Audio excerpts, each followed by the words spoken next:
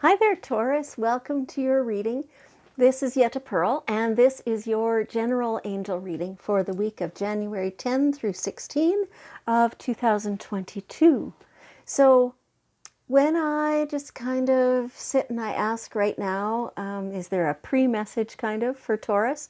They're saying that they want you to be more aware of your own choices. I think that's what's coming through.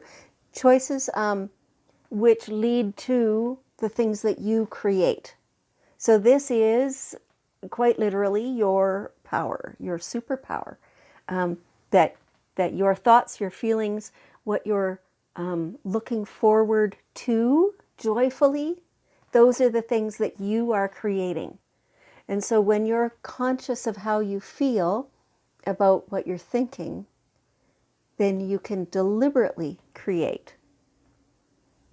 Okay. They say get into the reading here and we'll expand on that.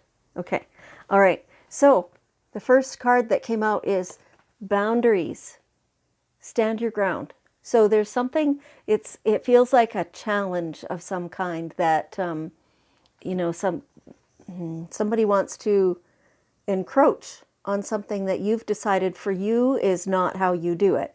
And like this could be, it doesn't feel like, I can't tell if it's any, like an individual, or if it's a group, or if it's an employer, or if it's a spouse, or, I can't tell that, where that challenge is coming from.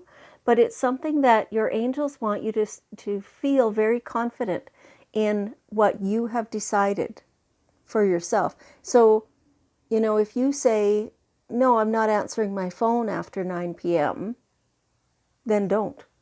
No matter who gives you heck for whatever, right?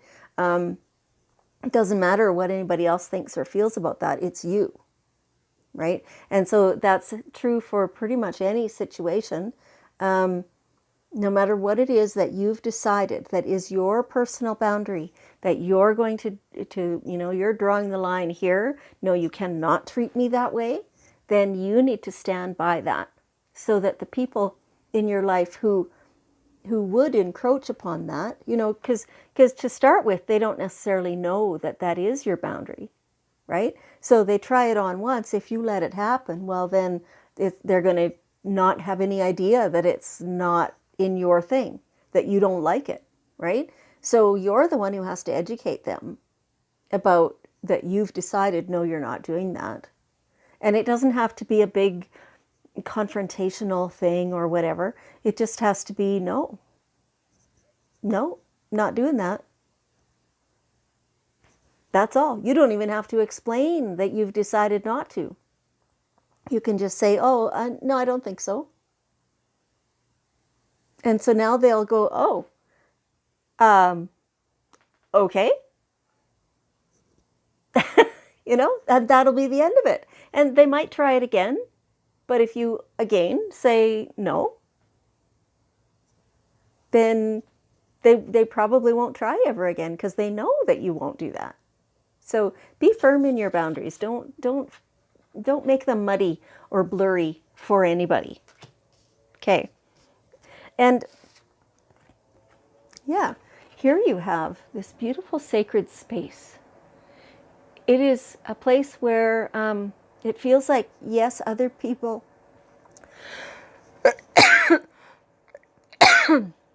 excuse me, it feels like, yes, sometimes you have other people in that space, but it is your sacred space.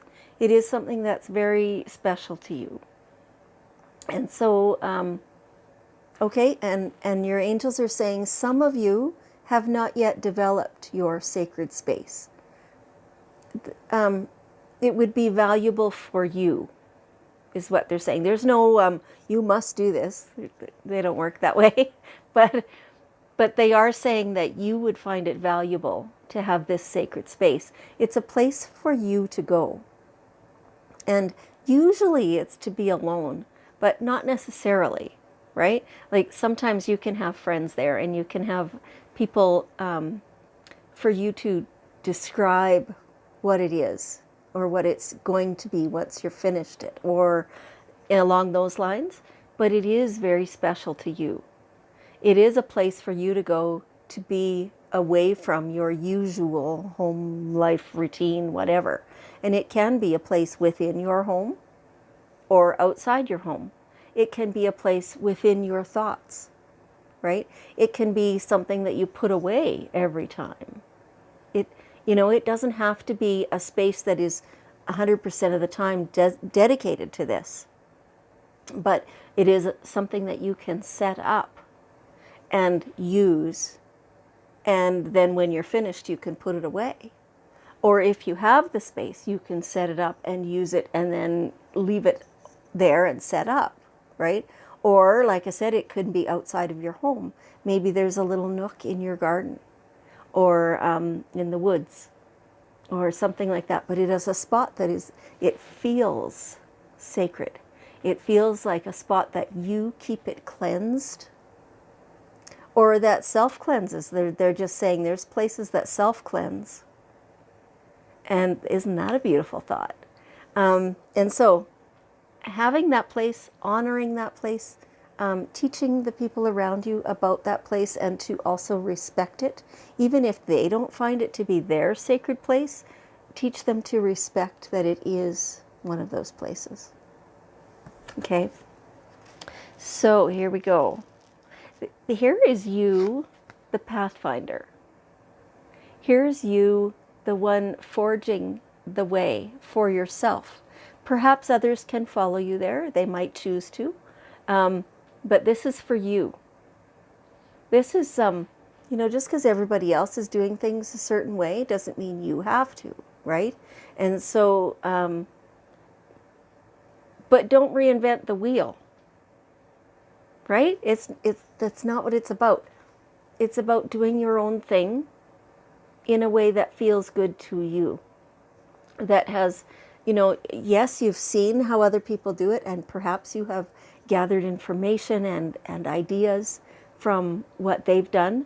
Maybe those things you're tweaking them a little bit just to make them work better for you. Whatever that is exactly. You are your own pathfinder. Yeah. So there's some of you that you're hesitant to do that because of what people would think, or because you think it's not been done before, or something like that, and that makes you hesitant. It holds you back a bit. But your angels are like, nah, go for it. Go for it. Step forward. Step forward. Be your own creator. Be your own pathfinder.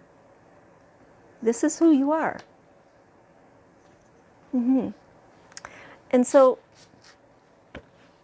speaking of who you are formed partly by past lives and experiences, as well as current life and current experiences. This is what you're made of. And so there are things in your past lives that you've learned that are really, really beneficial to you right now. And you may be sitting there going like, I don't know how I know that.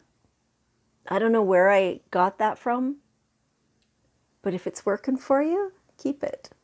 This is stuff that you've learned in different lifetimes. And that you've been able to bring with you, that wisdom. Because what else? Like, it must be good for something, right? There are things, though, that you've brought with you also that are triggers.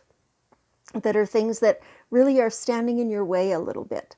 And so if you can identify, you don't have to identify the past life. You don't even have to know for sure that that's where it's from.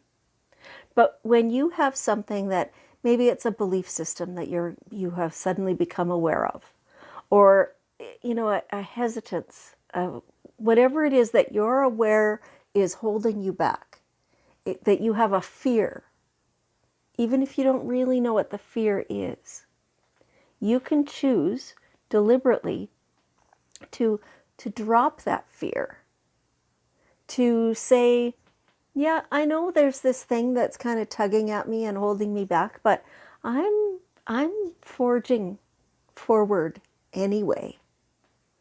And in that way, it teaches you a different pathway. It teaches you that you don't have to have that belief or that fear or whatever it is. And so in that way, you can make progress. Also, if you know a practitioner who works in past life, clearing and things like that, definitely go to them. Get stuff cleared. That benefits you. Okay. So you have some sensitivities lately.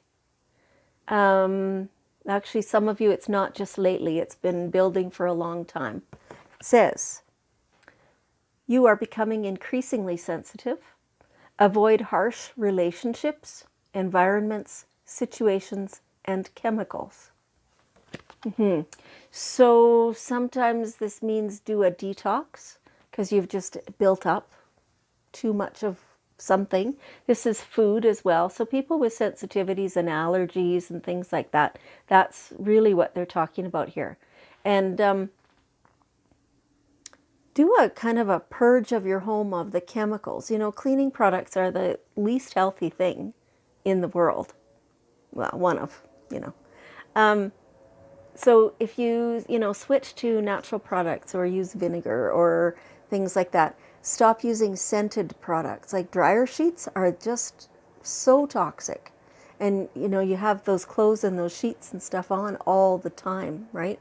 So, so just cleanse your home of those things and start using more natural products that don't have all the unnatural scent in it and the chemicals and all that kind of stuff. Just try to avoid those. Same with people in your life who feel very harsh to you. Their energy is rammy.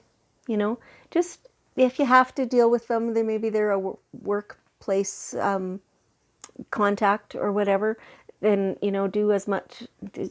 have as little contact with them as possible. What else are they saying here? Yeah, like detox. Get clear of that stuff. Like they're kind of clogging me up. It's like I even have brain fog at the moment, and that's causing all those kinds of things in you. It's not a very comfortable feeling at all. So so just try that. Like if you know that there's one in particular that's worse for you, well, eliminate that one first. And okay, they're saying eliminate all of them, and it'll be a little shocking to you how well you feel in a week or so. Okay, all right. And then a liver cleanse, because your liver is part of what helps cleanse your body, and so then it's getting clogged up with all those chemicals too. So do a liver cleanse. Okay, all right.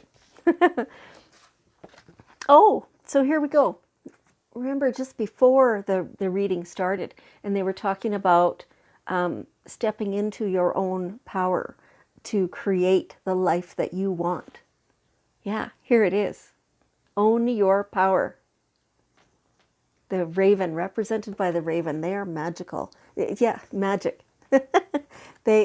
Ravens, I know, in people world, they kind of have a bad reputation, but really, they represent magic. They represent your own power.